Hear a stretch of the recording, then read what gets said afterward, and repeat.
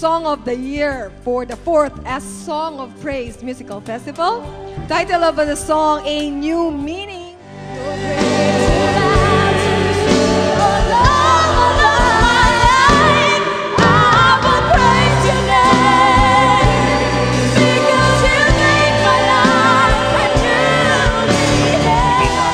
Huwag nating kalilimutan yung nakasulat sa awit, mga kapatid, na ang Diyos na banal ay tumatahan sa mga pagpuri ng Israel.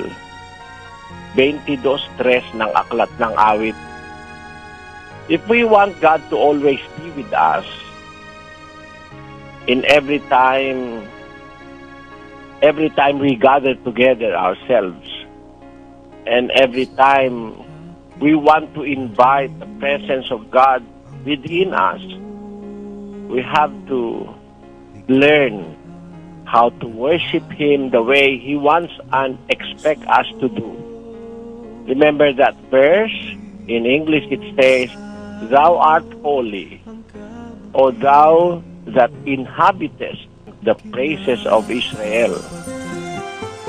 Is kitang mahal, pangalawa sa may kapal, higit sa aking buhay. Ayon. It strikes the heart. It strikes the mind. Lalo na if you are a biblical person, you will be caught in the letter of that song. Bakit labis kitang mahal, pangalawa sa may kapal, higit sa aking buhay.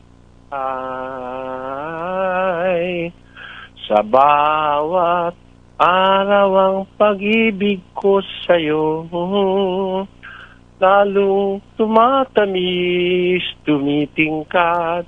Bawat kahapon ay daig na tong bawat ngayon. Tamo, it requires the mind para ma-appreciate mo yung kante.